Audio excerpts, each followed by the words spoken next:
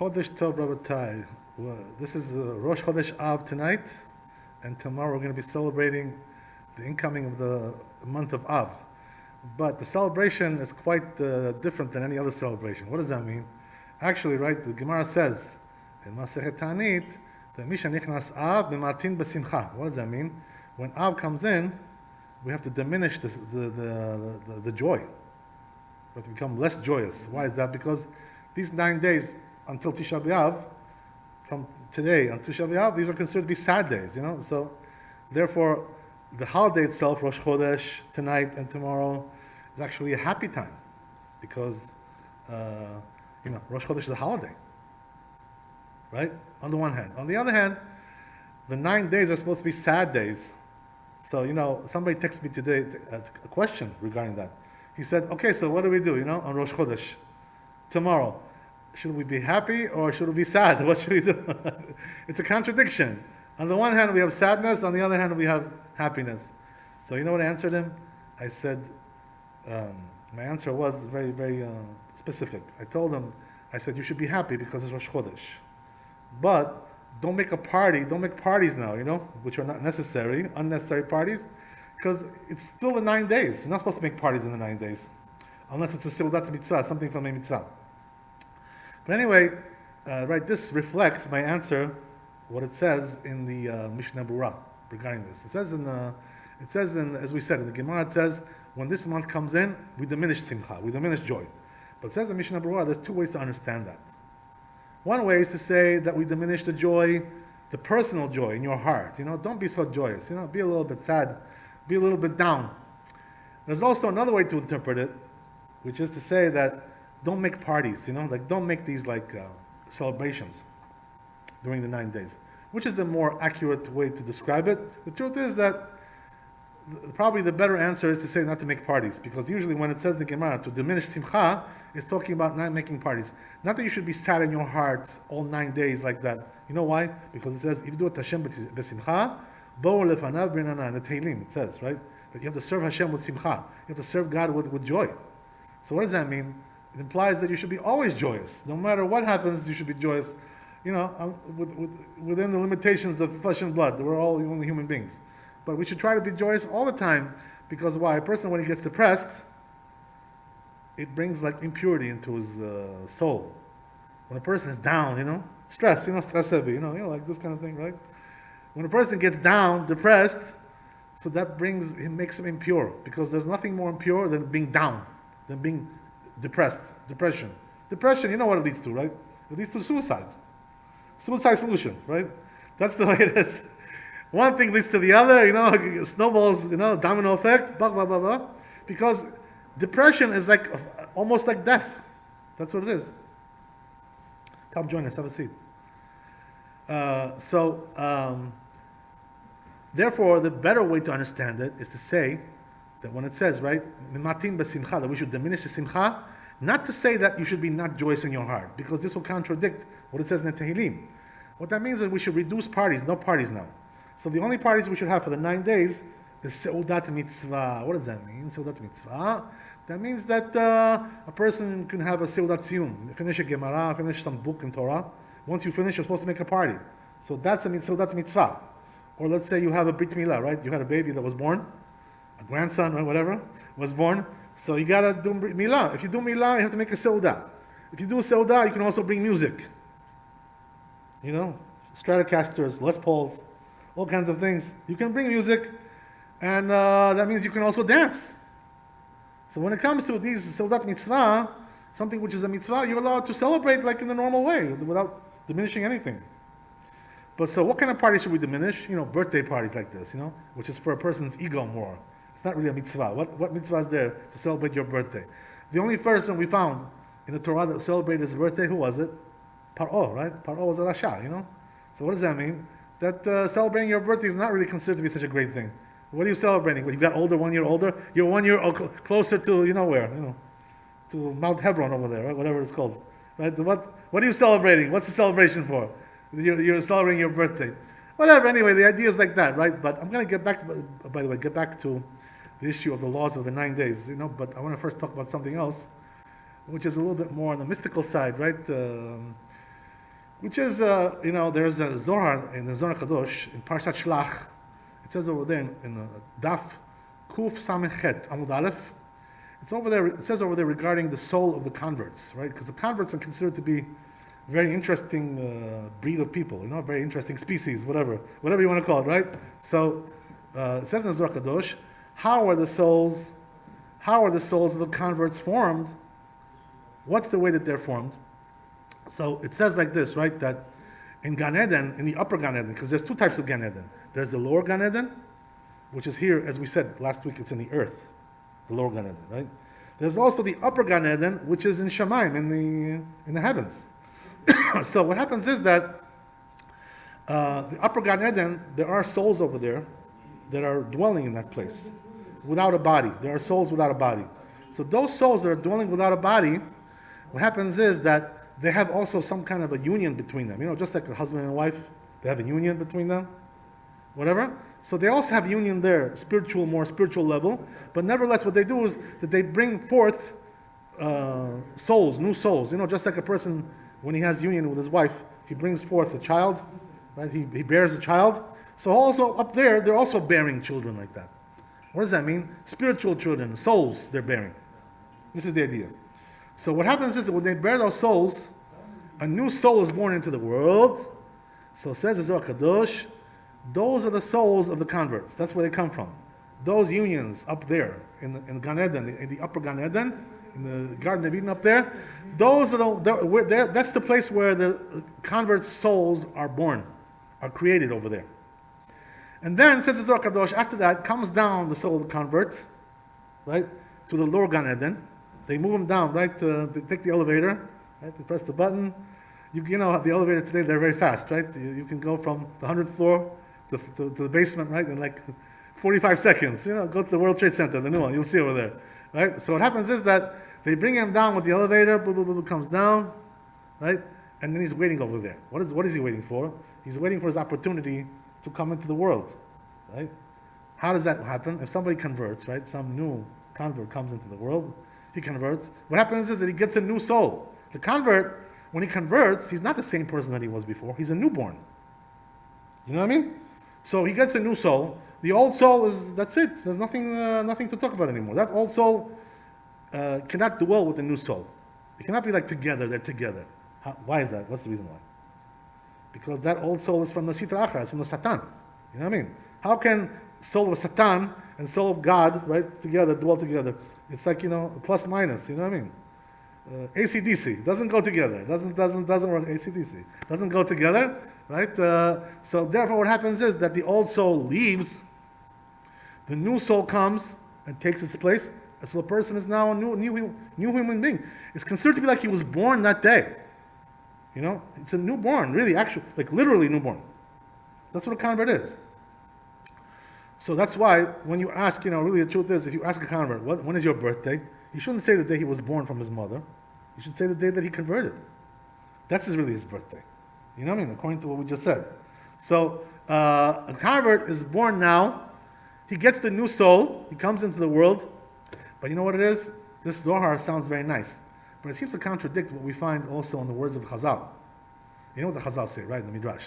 They say that when the Torah was received on Har Sinai, the Jewish people were all there, right? On Mount Sinai. They were all there.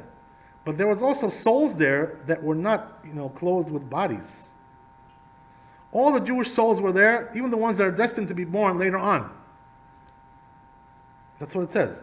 So we all received the Torah, whether it was David, or whether it was, Michael or somebody else. Doesn't make any difference. We all received the Torah over there. We may not have been there as David and Michael, but we were there. Our souls were there. You know what I mean? We were in a different format over there. So it says in the Chazal that not only we were there, David and Michael, but also the converts were there as well. Right?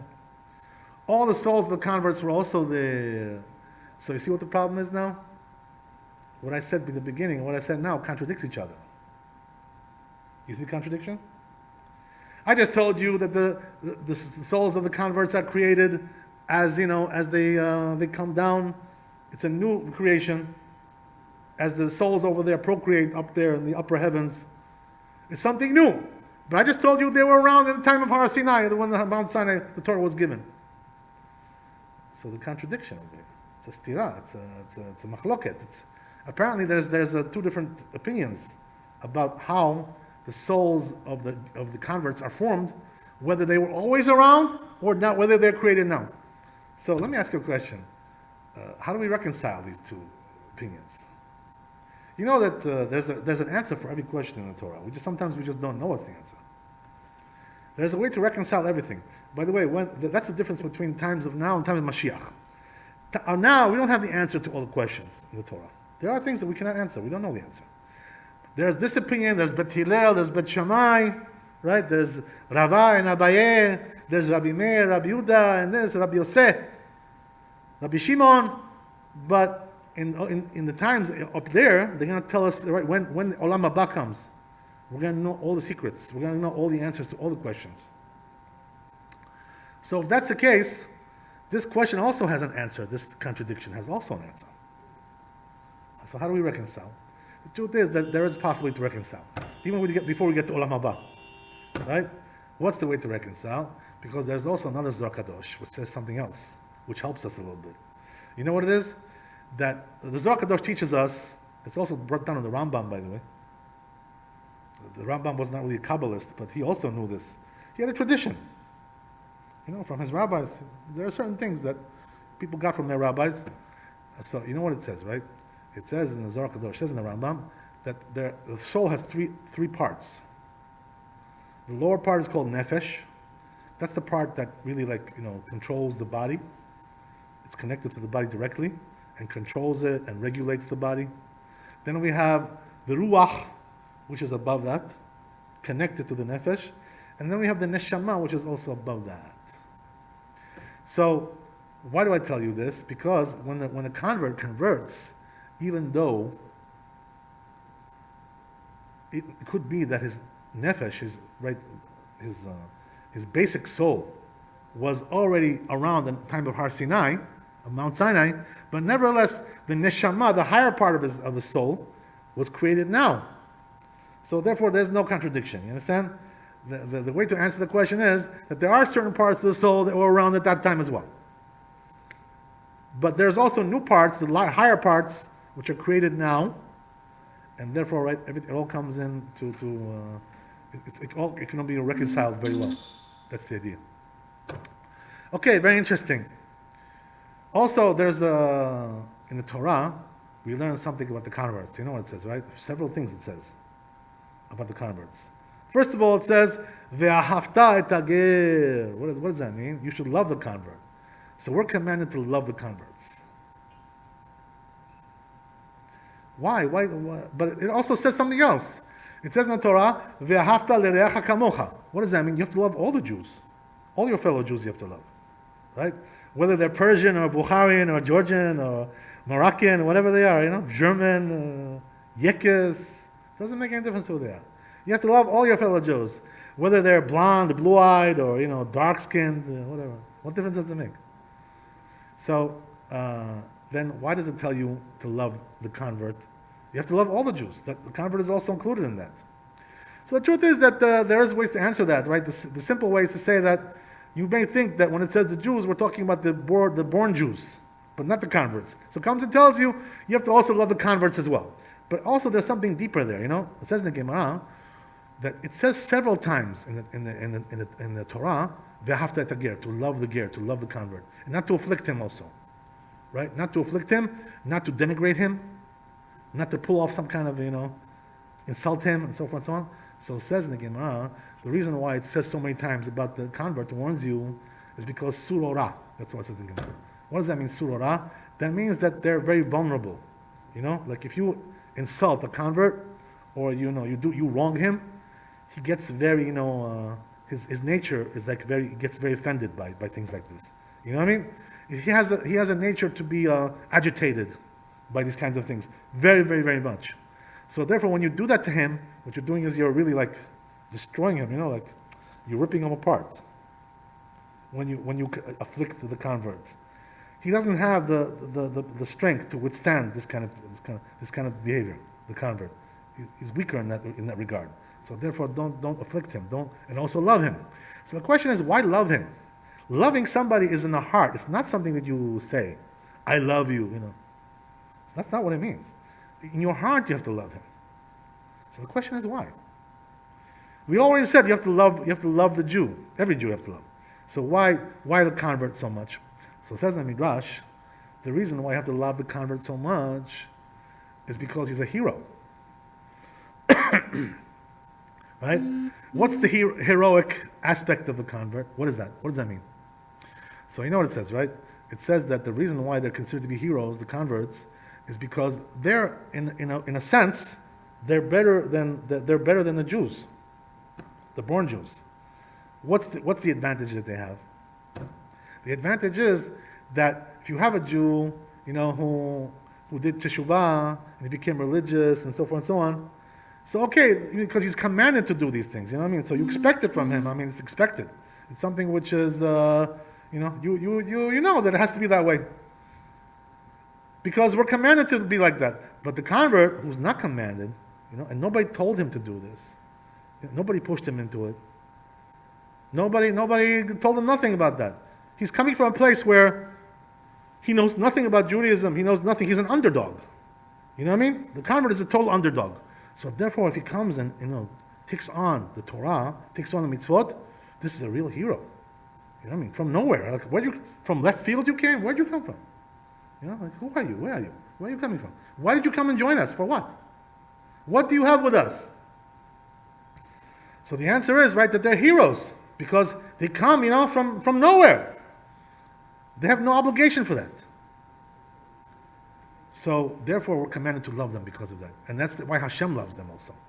Hashem loves the converts. Right? That's what it says. Hey, I'm sorry. You were saying something? That Hashem loves the converts because what he's saying is about the converts. He's telling you, listen, I really respect these people. Like, I didn't tell them to convert. I didn't tell them to keep the Torah. And they do it anyway. They're heroes. You know what I mean? This is the reason why a person is commanded. Yeah, go ahead. I'm sorry. You want to say something?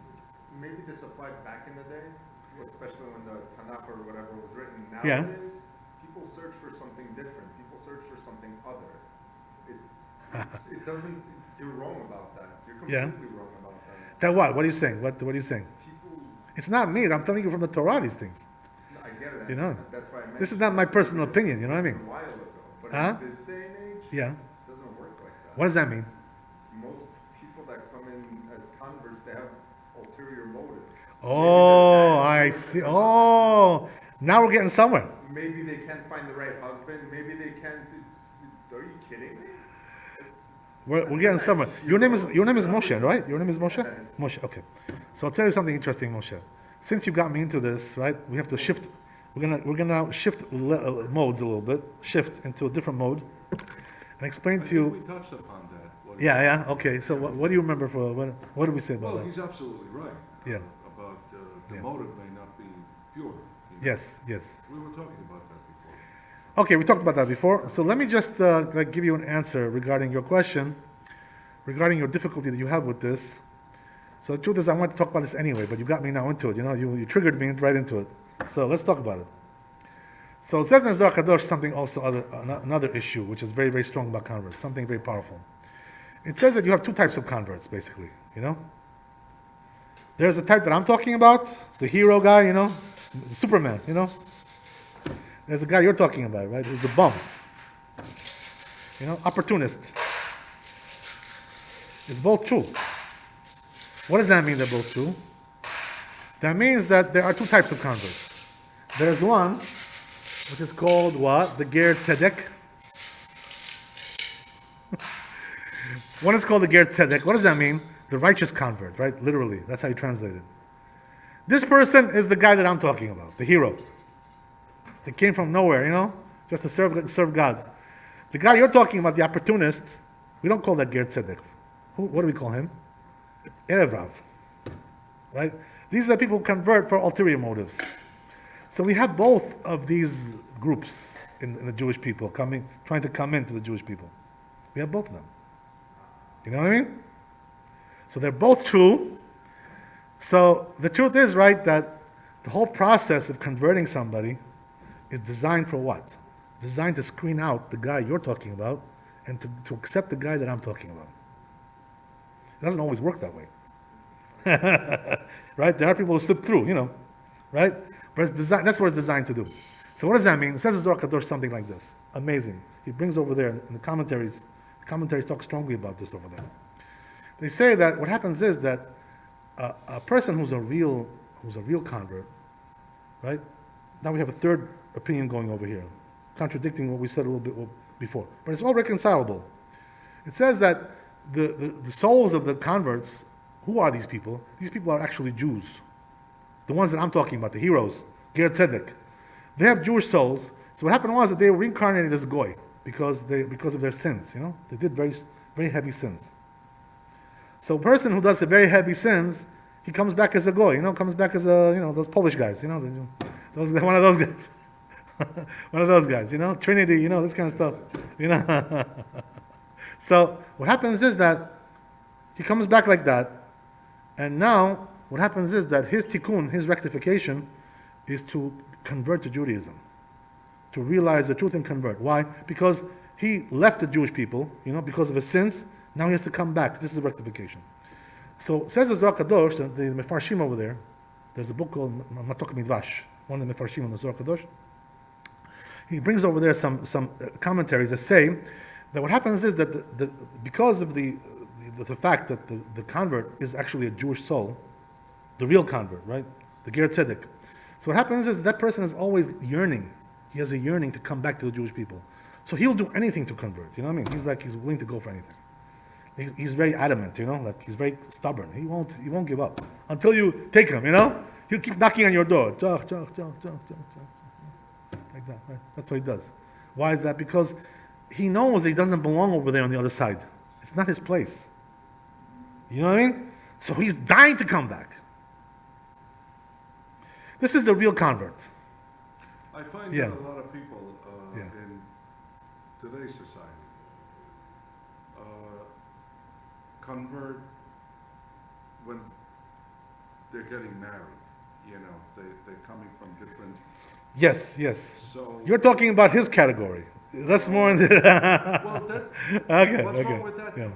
I mean, What's wrong with it's that? kind of Oh. not here and there. Right, You're not really converting because you wanted to be a Jew. Finally. right. You're converting to appease to your spouse. Right. Right. Yeah. Placate your spouse. Okay. Yeah. So there's a, So what's the story? The story is like this, right? To understand your questions, you guys are talking about the same thing basically, right? So this is what we call the Erev Rav. The Erev Rav are the people who converted from Egypt when the Jews were over there in Mitzrayim. Once they left Mitzrayim, the Erev Rav went with them. They converted to Judaism. Moshe Rabbeinu converted. He was the one who did the conversion. This was the biggest botched conversion that we ever had in the Jewish people. One big botched conversion. Total failure, right? That's what it was.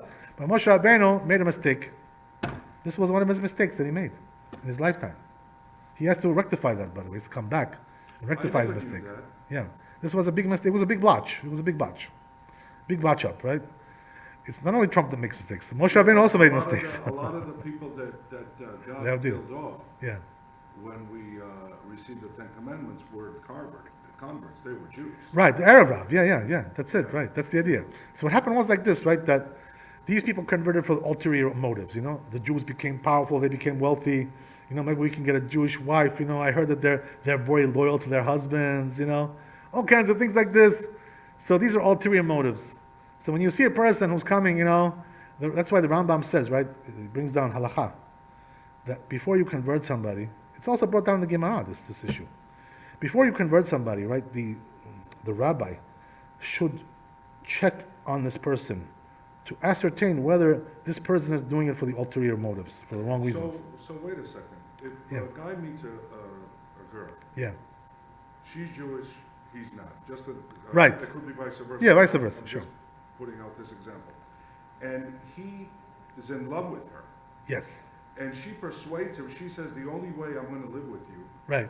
since you love me, whatever you want to have a family with me, is if you convert to Judaism. Right. Otherwise, it's not going to work." I won't go with you, And right. He does it for that motive. Right. What's wrong with that? That's ulterior motives. Why? Because he's supposed to love Hashem, not to love this person. You know what I mean? So what's going to be is In that conjunction with loving Hashem. it's not really. If it's in conjunction, it's okay, Yeah, but it's not in these cases usually. That's the idea, you know. but he's willing to convert. How do we know, by the way, that it's not? How do we know? You know why? How we know? Very simple. Because that guy, right, in our generation, that guy himself is not keeping the Torah. You know what I mean? So she's not converting for Torah. He doesn't keep the Torah himself. You know? So she doesn't know nothing about the Torah.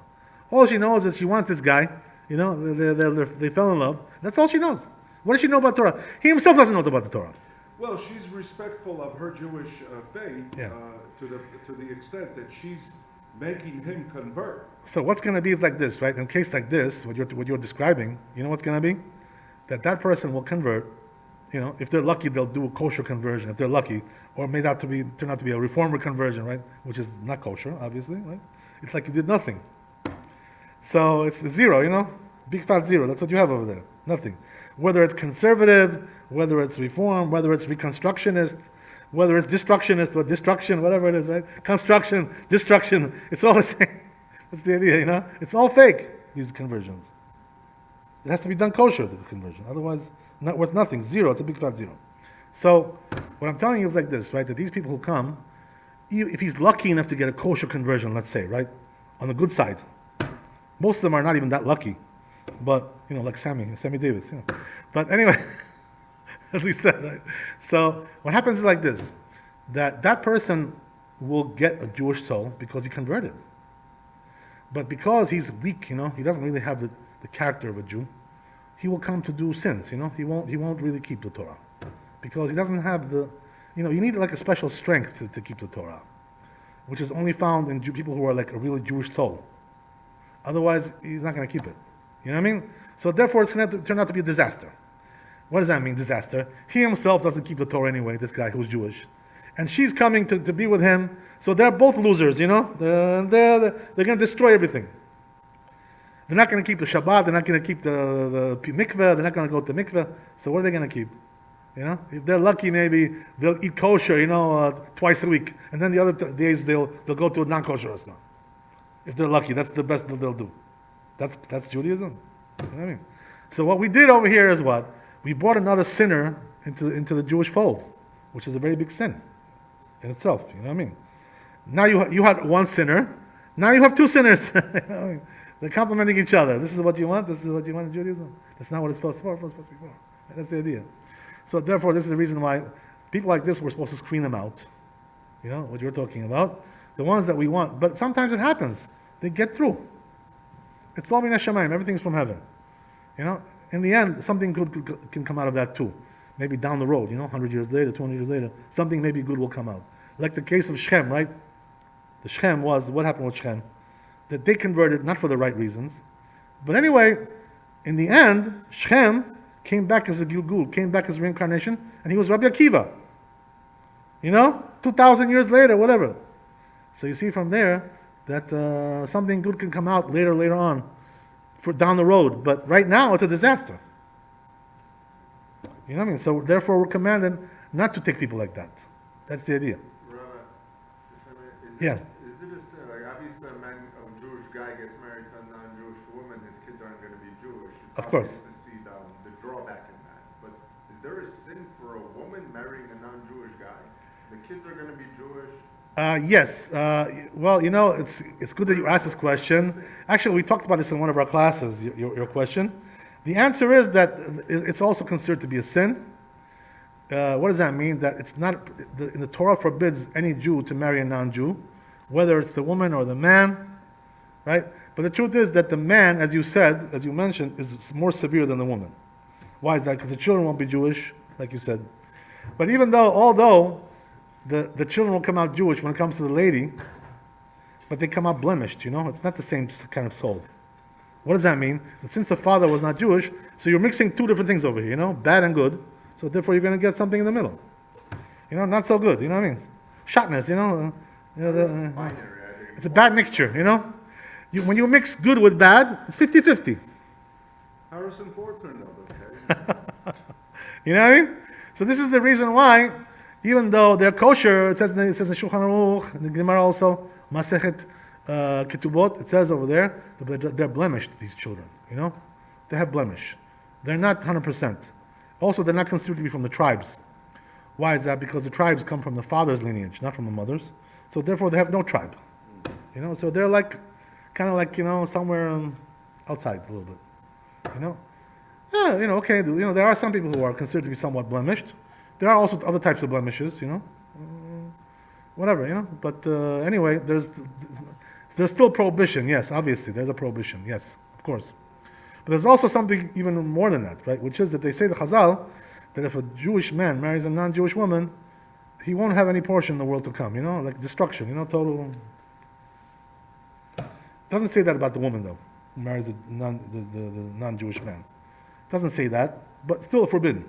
That's the reason God wants to spread Judaism through harlotry. Yeah, well, that's a little bit hard to swallow, such a thing like that, We don't want harlotry. We want, kosher way, kosher spreading. Right? We want kosher spread. We don't want the non-kosher spread. Then why not give that right to men? Why not reserve that right for men? What does that mean? What does that mean, reserve the right? I want to have that right. I want to be able to marry a non-Jewish woman and have Jewish kids. So, you know what it says in the Mishle, right? The wisest of Shlomo Melech, he says, En chokhmah ve'en tvuna ve'en dat neged Hashem. You know what that means? There's no wisdom against the rules of God. Once the God has get a rule, there's no wisdom to say, I'll do it different way. There's no different way. He's the creator, he's the manufacturer. When you buy like a product, right, let's say, the manufacturer will tell you, don't do this, don't do that, take care of it like this. Don't use synthetic detergent, only use, soap.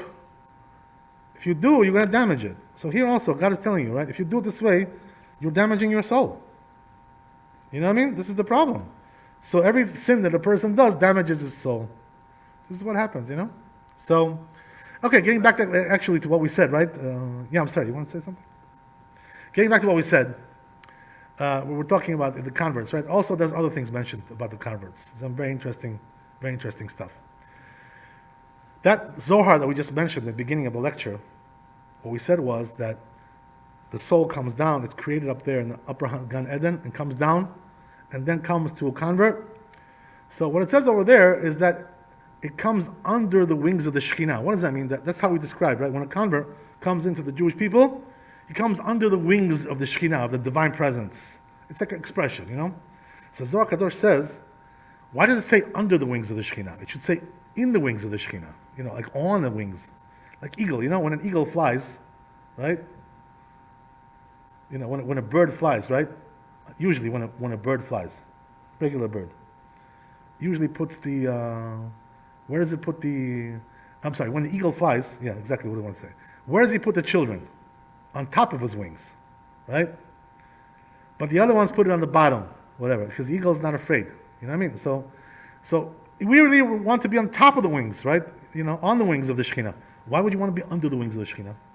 So says Zohar Kadosh, what that means is that the soul of the convert is a little bit lower level spiritually than the soul of the born Jew. He's under the wings of the Shekhinah. He's not in the Shekhinah, he's under the Shekhinah. So what that means is that even though the soul of the convert is very holy, but nevertheless the soul of the Jew is a little bit more holy than the convert in general. So how does that manifest itself? It manifests itself in several ways. Number one, right? Let's say a person who wants to become a prophet, right? Today we don't have prophecy, but when there was prophecy, so a person, to attain prophecy, he had to do certain things. He had to be trained for that.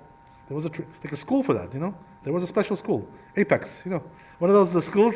You go over there, they train you, you get a license over there, right? So you get over there trained to be a prophet. It says, right, in the Chazal, that the ger cannot get prophecy. The convert, right, Ovadia. Okay, we have to talk about that, right? Exactly. A ger cannot get prophecy. Why is that? Because it says in the Zohar Kadosh that there's, in the Kabbalah, there's like 10 sefirot, 10 levels of spiritual influence in the world. We call that sefirot. So the highest that the convert can go is the Malchut. It says in the Zohar Kadosh. They can't go higher than that. And this is the reason why they can't get prophecy. I thought prophets were born. No, nobody's born a prophet. You have to work on that. It's a job. And who does the training? Who does the teaching? The masters. There's the disciples, and then there's the masters. The sensei. Whatever. Lehavdil, right? So the people Yeah. teaching the prophets Yeah. are on a higher level than the prophets themselves. No, the prophets are teaching new disciples to come in and learn how to get prophecy. I see. That's the way it was. You understand? That's the way they used to do it. So it talks about this in the Bible. It's described very, very, very much in detail. The book of Shemuel, over there, it's talked about that in many other places as well. So the point is like this, right? That when you have a convert, it's under the wings of the Shekhinah, so it's a little bit less the spiritual level, and they cannot attain prophecy. So now you're going to ask me, right? The Gemara asked your question already, Moshe. The question is, right? What about Ovadia, the convert, right? Who was a prophet? He had prophecy. That's the question of the Gemara. Very simple question. Very, very, very, very, very straightforward. So what's the answer to that question? So says the Gemara, something interesting, right? That even though Ovadia was a convert, nevertheless he got prophecy. What does that mean? Kadosh Baruch Hu made an exception with him. He had a special mission, to accomplish. Mission accomplished. So therefore, Kadosh Baruch Hu gave him prophecy. Even though in general, so Kadosh Baruch Hu can do whatever he wants. He can make an exception to the rule. There are things like that. In general, right? Converts don't get prophecy. But says the Gemara, Ovadia got prophecy. So what's the reason why Ovadia got prophecy? What was the big purpose that he had in life? What's the meaning of life? Right? What was the meaning of his life? So it says in the Gemara, Ovadia, you have to know first of all where he came from, right? What was his roots? Which nation did he convert from? He was from Edom, from Esav, right? He was from Esav. You know what I mean? So what? By the way, the prophecy of Ovadia it's the shortest one we have, only one chapter. We read it as a haftarah, on Shabbat once a year. We read it. What does it talk about? This prophecy. What is it talking about? It's talking about the downfall of Esav, of Edom, right? The destruction of Edom. How they're going to be destroyed. By the way, now we see how China is playing games. You can see that there's already some kind of a big accusation against them. The Chinese are looking to come in and wipe them out. Esav, the Romans. They don't like Christians? Yeah, they don't like any religion, but they have a big gripe with America, with Europe. They have a big gripe with them. So, why do I tell you that? Because Ovadia was from Esav. He was from Edom. Kadosh Baruch Hu brought him somebody from their ranks to prophecy about their doom. That was the whole thing, This is the purpose of Ovadia. He should talk about the destruction of his own people, the former people that he had. He already left their people, but that's the idea, right? So that's why Ovadia had the zechut to get prophecy, because to prophecy about the destruction of Edom. This is the reason why. So we see, right, that there are exceptions to the rule. So what does that mean? That sometimes a person can rise above his designation that he was born with. Another example is what? We have Eliezer, right, who was the servant of Abraham. So what happened was that Eliezer was from who? He was from Ham. He was one of the, BLM, from one of those guys. You know what I mean? He was one of those guys. So he was from Ham. Some say, by the way, that he was the son of Ham. Some say he was a grandson of Ham. All kinds of versions of who he was, Eliezer. But the point is like this, right? That Eliezer came to Abraham to be a slave. So what happened was that he became a slave of Abraham, and Eliezer was a very talented man. A very good-looking, handsome, super handsome guy. Very talented, very beautiful, and very spiritual. And very righteous. So he was like one of the best, Talmidim, the best Talmid that Avraham Avinu had. He was the best disciple that he had. Number one. You know what I mean? But nevertheless, when he told Avraham Avinu, why don't you, take my daughter and marry him to your son Yitzchak? Avraham Avinu said, no, you cannot do that. Why? Because you're cursed, I'm blessed. You know what I mean? What does that mean? You come from Ham. Noah cursed his son Ham. He cursed Canaan. Right? You're cursed. Noah cursed you. I'm blessed. I was blessed by Hashem. Avraham, Yitzchak, Yaakov, they were blessed by Hashem. Says how can curse and bless go together? As we said, right? It's like AC/DC, Two things cannot go like that, opposites together. So what happened was that they say, by the way, some of the commentators, that even though Eliezer was a great Talmid Chacham and he was a very big tzaddik, he was nevertheless cursed. So what happened was that in the end, the Kadosh Baruch Hu took away his curse. Why is that? Because he worked so hard on himself. In the end, he was able to leave that designation altogether. Able to rise above it. So the truth is, that a person can sometimes rise above his designation by working on himself. You know what I mean? No matter what he is. That's the idea. So this is exactly what happened with Eliezer. So Eliezer was a slave, and this is the way it was. So you see from there that people can rise above. There's also another thing, right, which is talked about regarding the converts. Other issues also that we need to address, right? There's also halachot about them, the Shulchan Aruch. So interesting thing, right? That a convert, the Torah tells us, you have to treat the convert just like any other Jew. What does that mean? When it comes to the laws of Torah, there's no discrimination.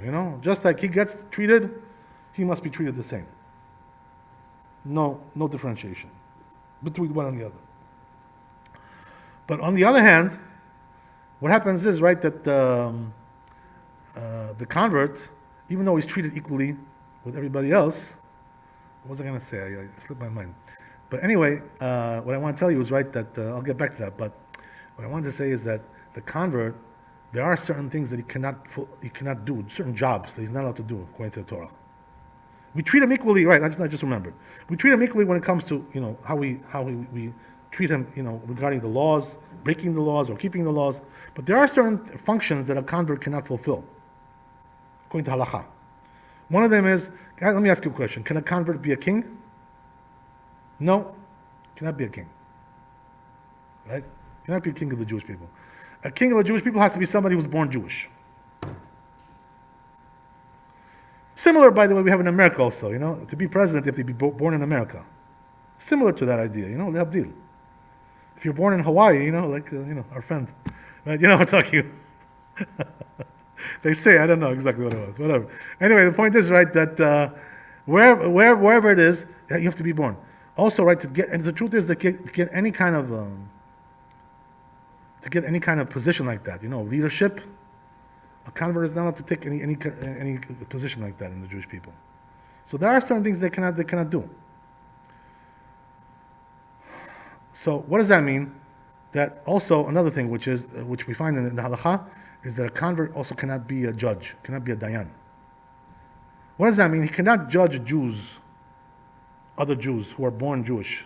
He can judge converts. That's what it says in the halakha. Converts he can judge because he's also convert, so he's equal with them. But the born Jews, he's not allowed to judge them. So there are some differentiations like this in halakha, and until this day, we keep these things because, I was also asked regarding. We made a video about this recently, regarding if by the way, right, this comes into play, practically speaking. Why? Because let's say a person became a convert and then he became a rabbi, right? Is a convert allowed to be a rabbi? For sure, yes. Right? There's no problem to be a rabbi. So he becomes a rabbi, and he now, right, knows enough Torah to sit on a bet din, right, and to convert other people. Is he allowed to convert other people? So the answer, right, that we found after a lot of research is that there's also machloket there. There's a dispute, but most of the poskim, most of the authorities seem to say that a convert is allowed to do conversions. But I just told you he's not allowed to be a dayan. He's not allowed to be a judge. But this is a judge. Conversion is a judge. So if a convert can't be a dayan, how is it that he can be a judge to convert other people? You need a bet din to convert. So you know what the answer is? As I just told you, right? I just told you the answer. Maybe you didn't pay attention, but the answer is that we said convert is not allowed to judge Jews who are born Jewish, but he's allowed to judge other converts. So when the person is converting to Judaism, what is he? Is he a convert or is he a born Jew? He's a convert. So therefore, that's why he is allowed to judge him. So therefore, the truth is, according to halakha, right, a convert who's a rabbi, he knows what he's doing, he's allowed to do conversions himself as well. Why? Because he's not judging Jews who are born Jewish. He's judging converts. He's converting somebody. That's the whole idea, There is one rabbi who wants to say, one of the big rabbis of our generation, Rabbi Eliashiv, who just passed away about 10 years ago, alav shalom. He was a big chacham. So he wasn't really so sure about this, that you're allowed to do that. He said, you know what, probably, maybe not. Maybe that a convert should not do conversions. You know why? He was saying, he was saying like this. He was saying that the reason why converts cannot do conversions, you know why? Because he said, really, the truth is, he's not only judging that convert that he's converting, that person, that judge. He's also judging the Jewish people as well. How does that work? What's the idea? So he wanted to say, right, this is like a novel idea, a chidush, a new idea. He wanted to say that the fact that he's converting people to Judaism, and that's allowing him now to marry a Jew, right? He can marry a Jew. So therefore, it also affects the Jews as well that were born Jewish. So therefore, it's considered to be like he's judging the whole Jewish people as a whole. The truth is, this is like a bit far-fetched, this idea, So therefore, it's not really accepted in halakha so much. But nevertheless, there are some... Right, that is an interesting idea, So therefore, there are some, many, groups of Jews that follow this ruling, and therefore they will not put a convert on a court to convert others because of this issue. But the truth is, halakhically speaking, halacha is not like that. Halacha is you're allowed to do. A convert is allowed to do conversions. As long as he's a kosher Jew, He keeps Shabbat, he knows Torah, whatever, he's a rabbi, whatever, all these things. No problem, we have no problem with that. Okay, that's the idea. So let's talk a little bit, I'm sorry. We know where some of us are not products of converts. Oh, okay, so the interesting thing is like this, right, that we may be all, all of us or some of us descended from converts, but that's not a problem. Why? Because the convert himself has all these limitations, but his son does not. Because he was born Jewish, you know what I mean? That's something else. Only he himself has these limitations. But his son, his daughter, that's a different story. Right? That's something else. So we see from there that there are some certain limitations with the convert, but nevertheless, right, the Torah tells us that you have to love the convert. You know what I mean? So therefore, a person has to be careful not to mistreat them. To treat them with a very... Aren't we supposed to respect everyone, though? Sure, but them especially, that's what we said, right? Why? Because they're more sensitive about that, Sure. You can, they're more hurt by that. Yeah. Their nature is like that, they get hurt. You know what I mean? So, that's the idea. Okay, very good. So let's talk a little bit about the 9 days also, a couple of things, and we'll wrap it up. I wanted to tell you that there are some questions that were asked about the 9 days. First of all, number one, my mom just asked me this question before I came. She said, he says, tell me, can we eat meat tonight and tomorrow or not? Or do we have to stop already, right? It's the days of Rosh Chodesh, as we said. It's the beginning of... So the truth is, right, two different customs. The Ashkenazim don't eat meat already from tonight, and that's it, until Tisha B'Av ends. We Sfardim, we eat meat tonight and tomorrow because it's Rosh Chodesh. It's a holiday. So therefore, our custom, tells us like this, right? Don't refrain from eating meat on Rosh Chodesh, because Rosh Chodesh is a holiday from the Torah. You know what I mean? And this whole thing about not eating meat, it's only a custom. So it should come to custom and override the holiday of the Torah. It's a little bit far-fetched, right? So this is the reason why we have a good custom, Baruch Hashem. Our custom is that on Rosh Chodesh itself, we do eat meat, right? We talked about that before, we talked about it, right? Your friend over there in the restaurant, whatever. We talked about that. Okay, whatever. So this is the way it is.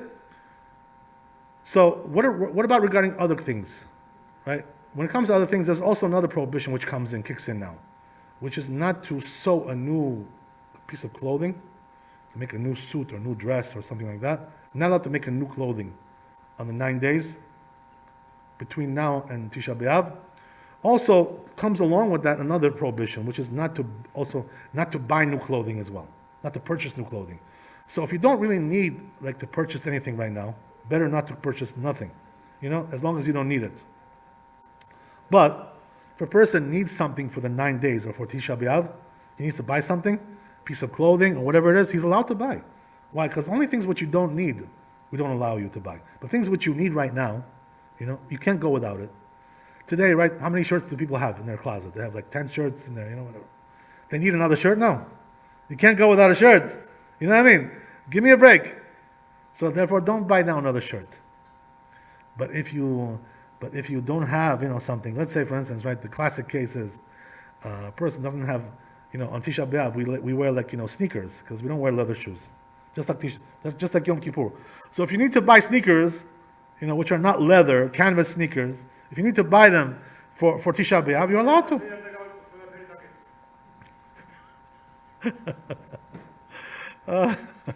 Okay, so you gotta laugh at them. What's it got? Okay, so that's the idea. So therefore, anything you need, you're allowed to buy. By the way, this also applies to like more grand things. What does that mean? Let's say a person wants to buy a car. Want to get now, new Tesla, electric, car. This is the new fashion now. Right? Oh yeah, let me get one of those electric cars. They're so cool.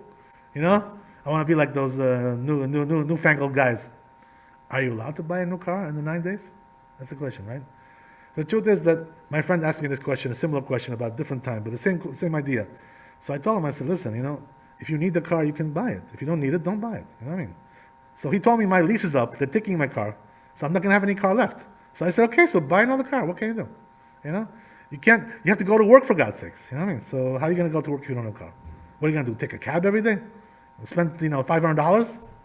What kind of thing is that, right? The only car we're allowed to buy these days is a 12-cylinder. And that's it. Everything else Yeah, I think you're talking about the Formula One.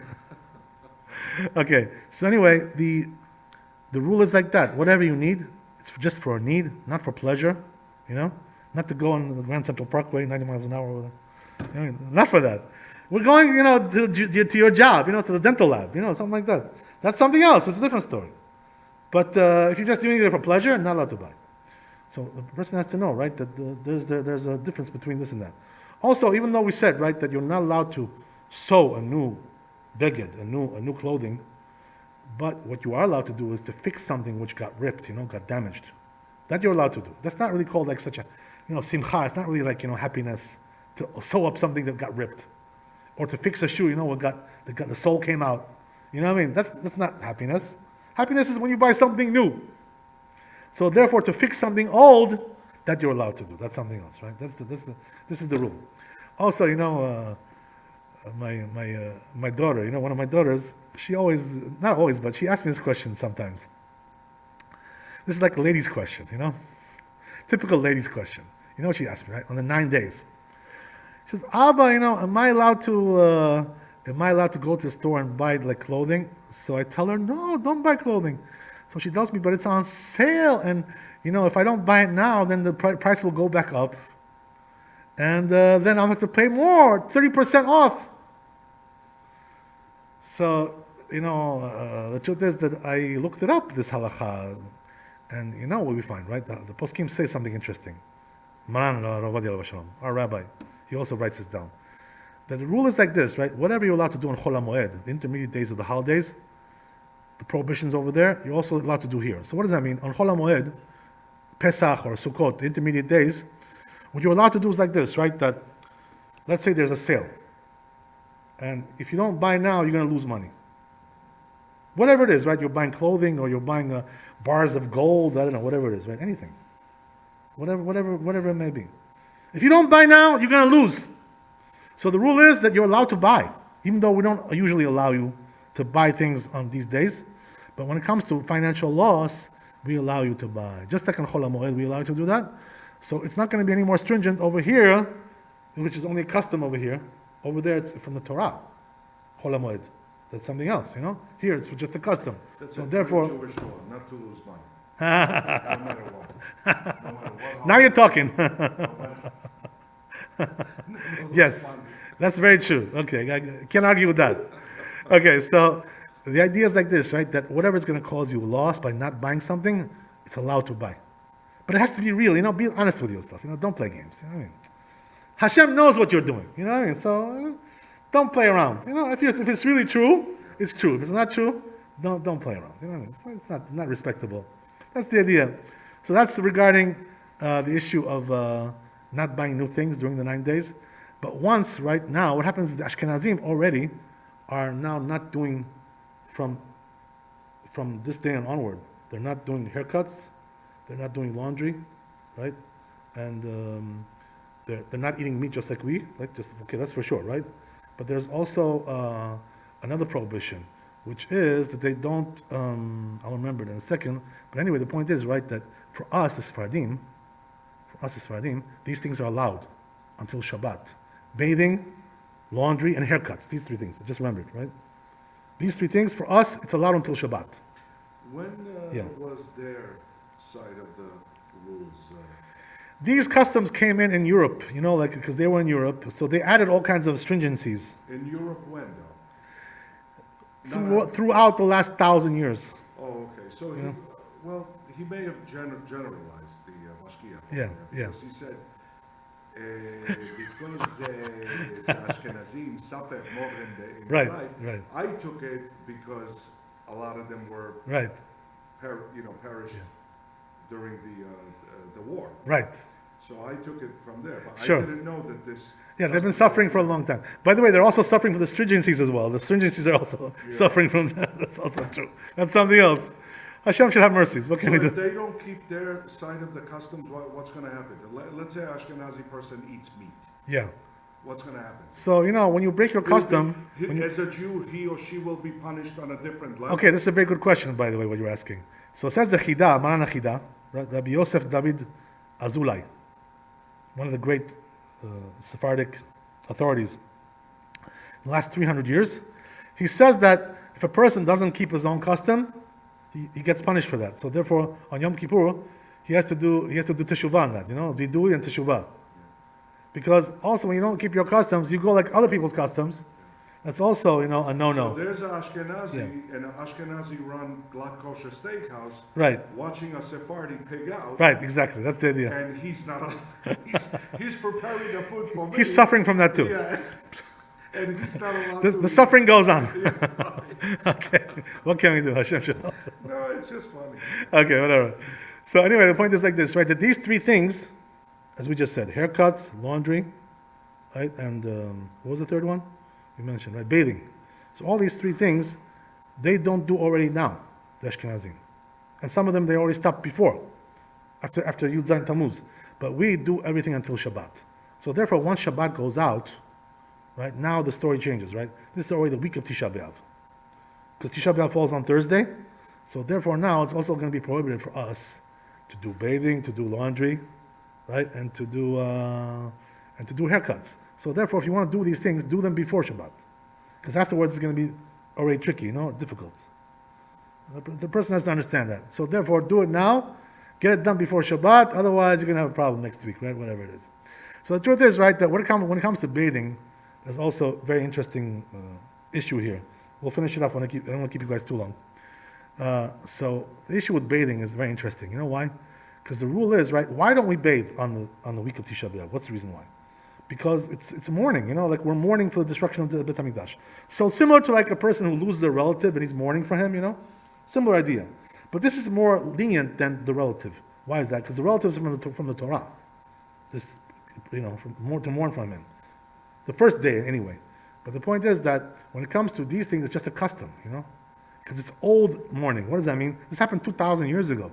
We're still mourning 2,000 years after. So this is called old mourning, So we're not so stringent about that. So what am I trying to tell you, right? That this is the reason why that we're lenient regarding bathing. We're not so stringent about bathing. So what does that mean to say? Let's say, for instance, right after Shabbat goes out, I want to take a shower now. So what am I going to do? I'm going to wait for 5 days until Tisha B'Av goes out.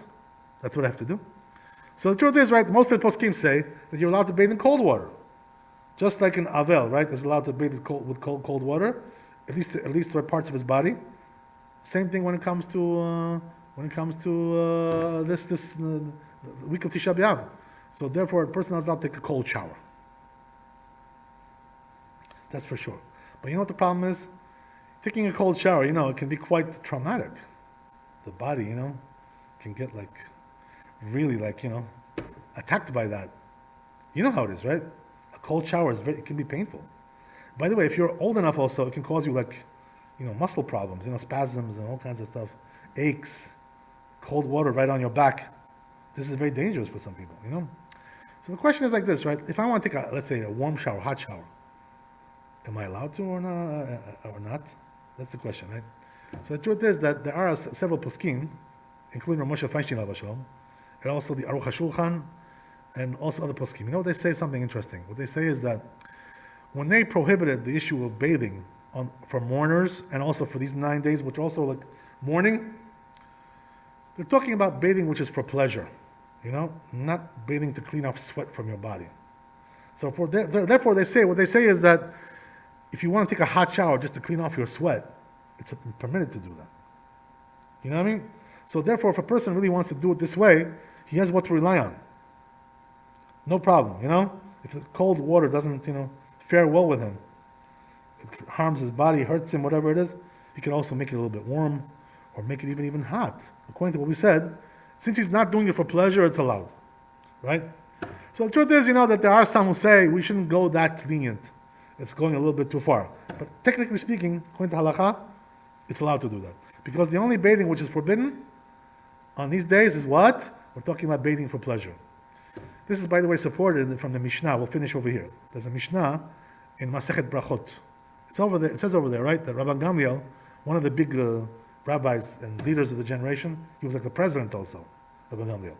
Not only the chief rabbi, he was chief president. So what happened was that his wife passed away, Rabbi Gamliel, and he was a mourner. So a mourner, as we said, right, he's not allowed to take a bath. The first week, he's prohibited. So what happened was that Rabbi Gamliel took a bath. He took a bath. So his students came to him, disciples, came. They asked the rabbi, they said, Rabbi, but you're a mourner, didn't you teach us that the mourner is not allowed to take a bath? This was the question. When it says bath, by the way, it means a hot bath. That's what it's talking about. So you know what he answered them? He answered them, he says, I cannot do like that. You know why? Because I'm very sensitive. What does that mean? When I get sweaty, I need to wash off the sweat.